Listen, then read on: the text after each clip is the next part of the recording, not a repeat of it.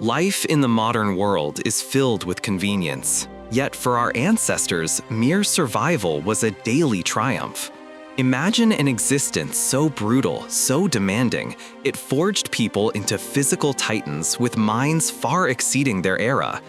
These were the early pioneers of Europe, the first true modern humans who stared down the Ice Age and not only survived, but thrived.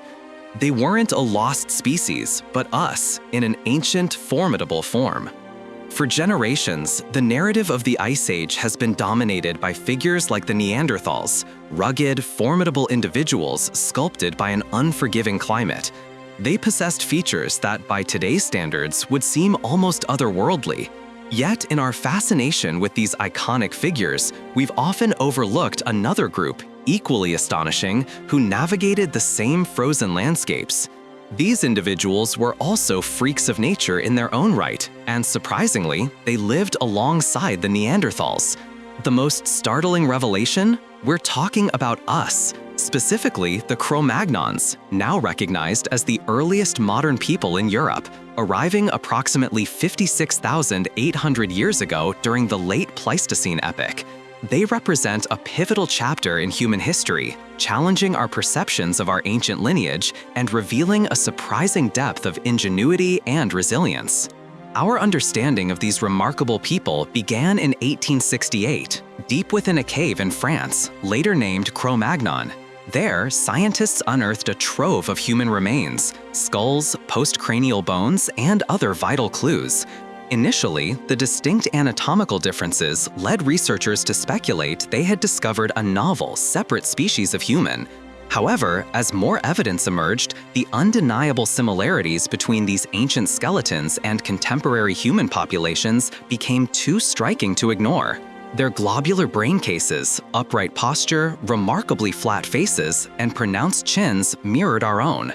Ultimately, this led to their classification as European Early Modern Humans, or EMH.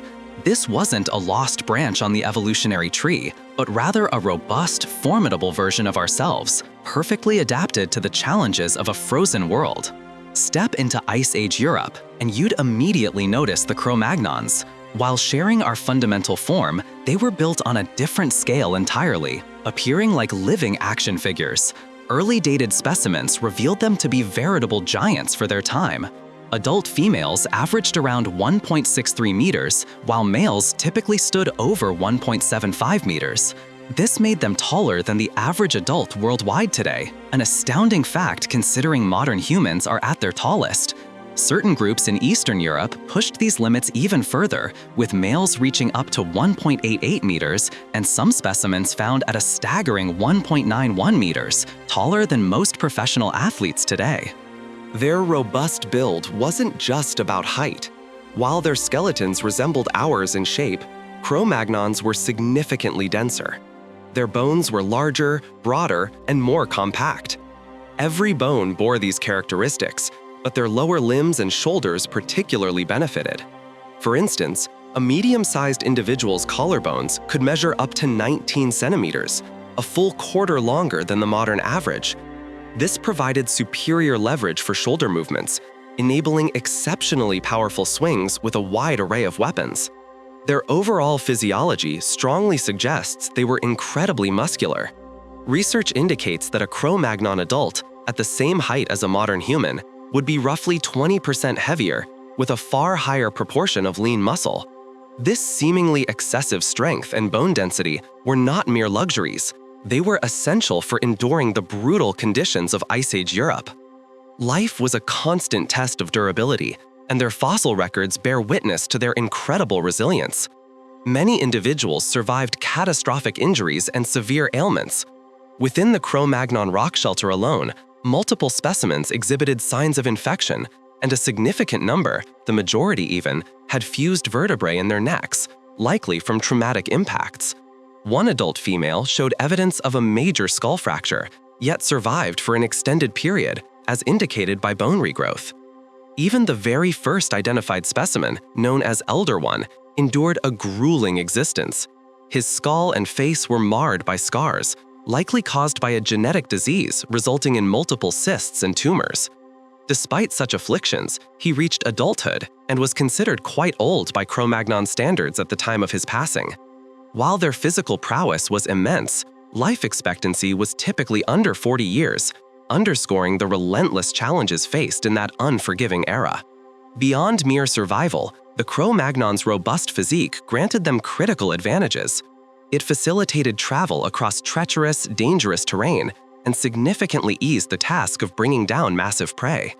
Bone remains from their hunting grounds reveal a primary focus on large megafaunal animals: mighty horses, vast herds of reindeer, formidable bison, the colossal aurochs, agile ibexes, and occasionally the majestic woolly mammoths.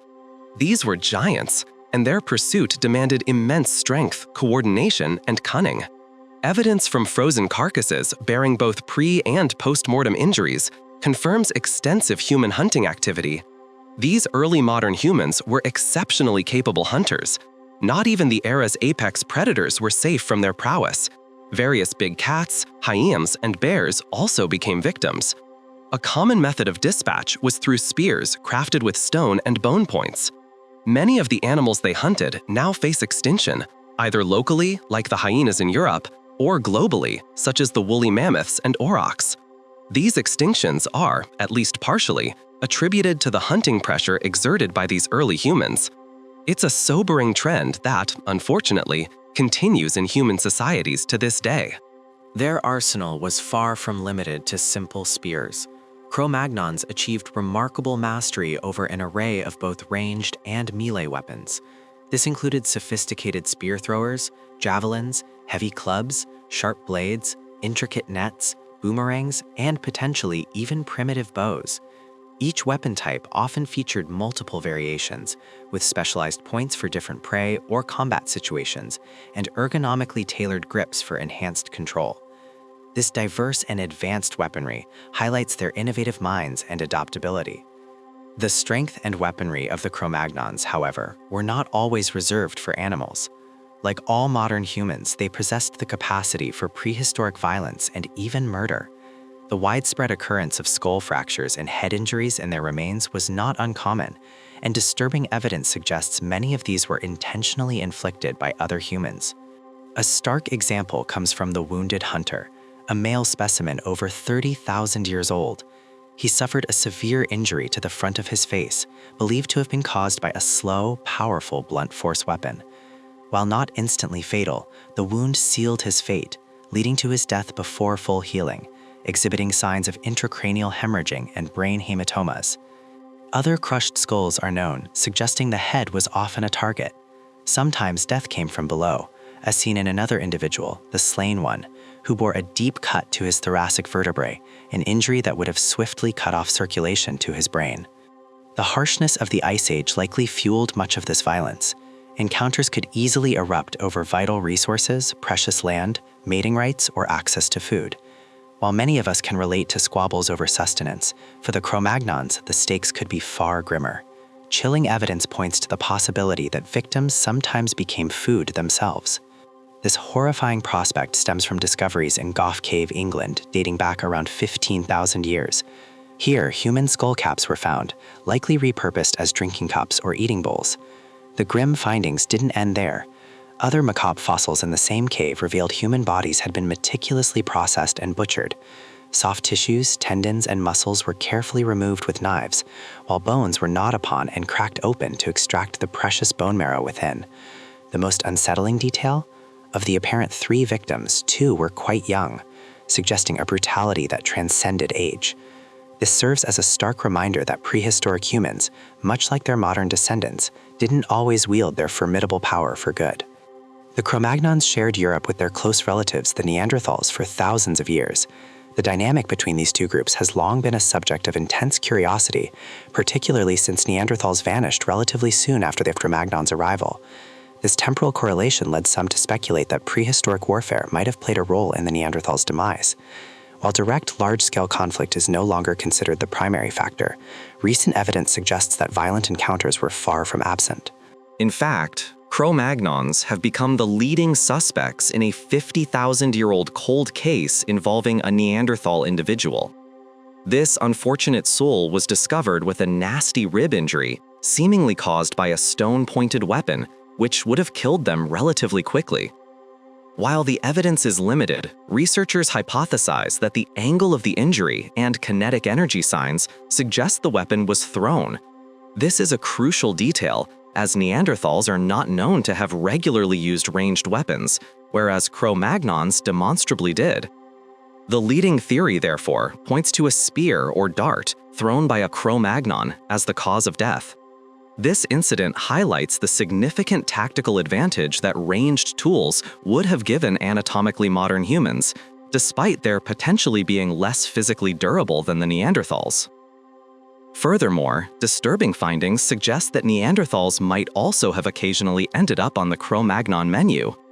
A recovered Neanderthal jawbone bears cut marks eerily similar to those seen on deer carcasses butchered by Cro-Magnons.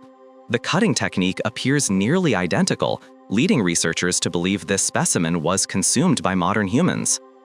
It's important to note, however, that this evidence is not entirely conclusive. The jaw could have been used as a trophy, or the Neanderthal could have already been deceased when processed. Despite these violent encounters, the overall interaction between the two species appears to have been largely mundane. Genetic evidence, surprisingly, reveals signs of interbreeding. Specifically, older Cro-Magnon populations shared a closer genetic relationship with Neanderthals. A compelling example is the Oase specimen, a 4,000-year-old individual found to be approximately 9% Neanderthal, suggesting a Neanderthal ancestor as recent as 4 generations back, effectively a great-great-grandparent. These high percentages have even led to speculation that the earliest Cro-Magnons possessed subtle features reminiscent of Neanderthals, such as slightly flattened skull caps and occipital buns protruding from the back of the skull. Over time, however, these Neanderthal-like features and the higher concentrations of Neanderthal genes diminished, as did the marked robustness that characterized early Cro-Magnons. These evolutionary shifts were likely influenced by the last glacial maximum, which caused significant habitat loss and imposed immense strain on Cro-Magnon communities.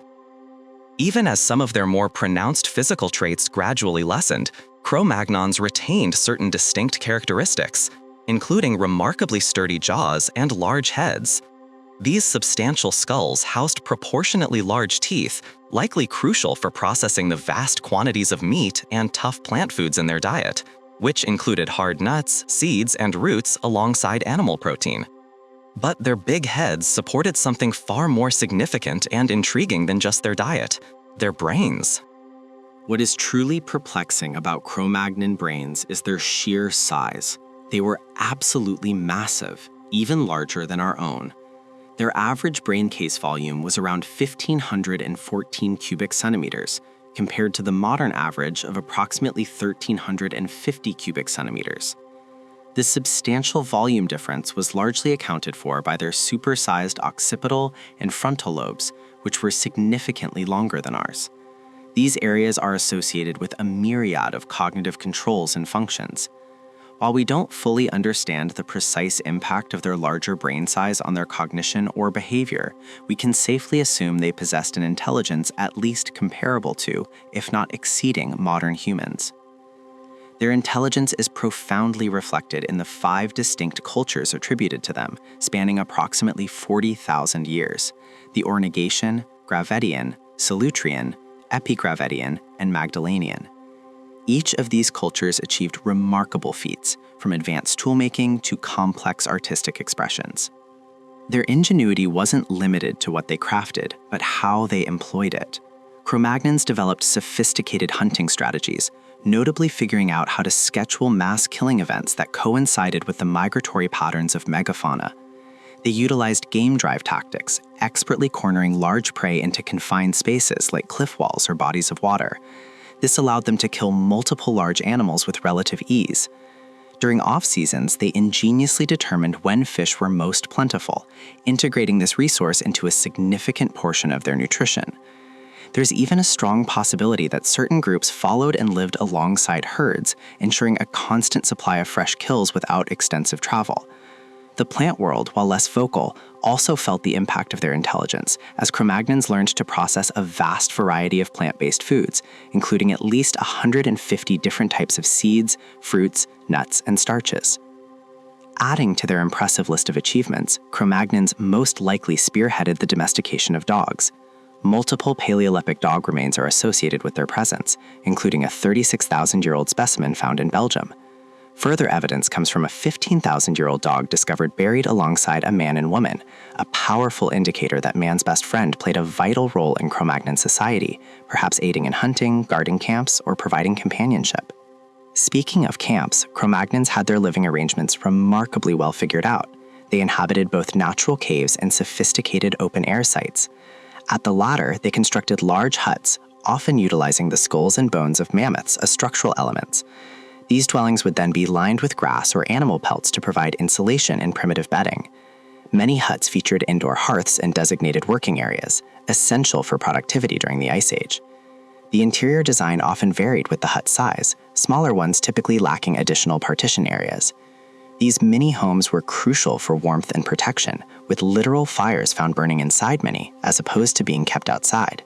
While the warmth of the hut was a refuge, the rest of the camp was equally functional. Sites were typically divided into specific areas: hearths for cooking and warmth, kitchens, sleeping quarters, and dedicated butchering grounds. There is also evidence that communities routinely established multiple different camps, allowing them to move seasonally between residences. This strategic mobility enabled them to maximize the benefits of seasonal resources and adapt to changing conditions. Based on the number of skeletons found, scientists estimate these settlements were often quite small, with residents numbering no more than a few dozen each.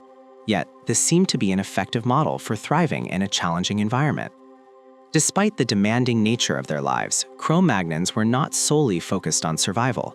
They engaged in a vibrant social life, with communities often interacting through extensive trade networks. This wasn't merely sporadic bartering. Full-fledged trading routes spanned across the entire continent of Europe. Raw materials were sourced from groups located over 200 kilometers away, showcasing a sophisticated understanding of exchange and interconnectedness. These raw materials varied widely in their usage, from tools to decorative items. For some communities, trade was hypothesized to be absolutely critical, especially during the last glacial maximum when the climate deteriorated. People became increasingly reliant on trade to acquire vital tools and resources, highlighting the importance of cooperation and exchange in their resilience. Trading also served as a testament to their ability to thrive and enjoy the finer things in life. Art, clothing, and even jewelry were shared and exchanged between multiple settlements. Art in particular appears to have held immense significance for Cro-Magnons, manifesting in diverse forms. They adorned their own bodies, using large pieces of pigment, primarily red ochre, to decorate torsos, faces, and limbs with designs ranging from simple docks to intricate animal and human figures. Tattooing, scarification, and piercings were also practiced, though to a lesser extent, perhaps due to the risk of infection. They were also highly accomplished cave artists. Numerous caves across Europe feature their breathtaking work, including the renowned Chauvet Cave in France. In these masterpieces, animals were a favorite subject, often depicting lions, deer, mammoths, horses, aurochs, and bison. Even stranger, seemingly hybrid creatures with human parts are not unheard of. And speaking of human parts, Cro-Magnons harbored a particular fascination with genitalia. The famous Venus figurines, crafted over thousands of years, are a testament to their exploration of erotic art and fertility symbols. If visual art wasn't enough, these people also mastered other leisurely activities, including music. While not the first humans to play music, they likely possessed the most complex forms of it up to that point. Like their weapons, their instruments were diverse. Flutes, whistles, idiophones, drums, and bullroarers are just a few examples. These items allowed Ice Age musicians to create an impressive array of different sounds and complex melodies. Their musical technology was so advanced that scientists believe we are missing a significant portion of their musical history, implying a long period of development leading to such sophisticated capabilities. Given their profound intelligence, ingenuity, and cultural sophistication, Cro-Magnons were exceptionally successful throughout the late Pleistocene.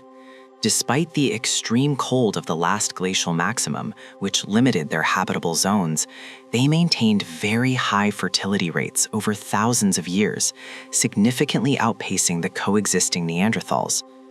This demographic advantage is perhaps one of the key reasons they eventually became the dominant human population in Europe, leading to a tenfold increase in the continent's overall population. By 13,000 years ago, an estimated 70,000 Cro-Magnons roamed the land, a small number by modern standards, but a massive population for that ancient era. Unlike many early human groups that simply died out, scientists believe the Cro-Magnons were eventually absorbed by later European populations that migrated into the continent. Their cultural chronology began with the Ornigation period, followed by the Gravidian, Solotrian, Epigravidian, and finally the Magdalenian, which is considered the last major Cro-Magnon culture, existing between 17,000 and 12,000 years ago. After this period, distinct Cro-Magnon DNA became less prevalent. However, significant genetic descendants of this final society continued well into the Neolithic period, as evidenced by remains found in France and Spain. Today, modern European populations carry less of their direct genetic legacy, but their indelible mark persists, woven into the very fabric of our ancestry. The Cro-Magnons didn't disappear, they transformed, becoming an integral part of the lineage that ultimately led to us.